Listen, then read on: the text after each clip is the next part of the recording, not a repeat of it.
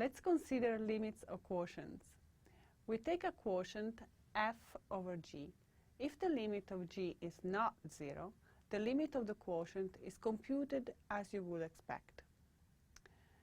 On the other hand, if the limit of g is 0, the formula does not work. Dividing by 0 is not allowed. However, if both the top and bottom tend to 0, something very interesting happens.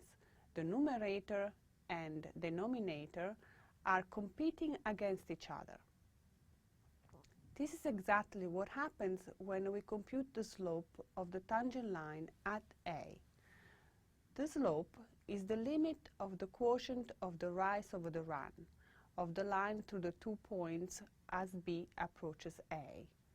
Both the rise and the run tend to 0, but the ratio is meaningful and has an honest limit. How does this work?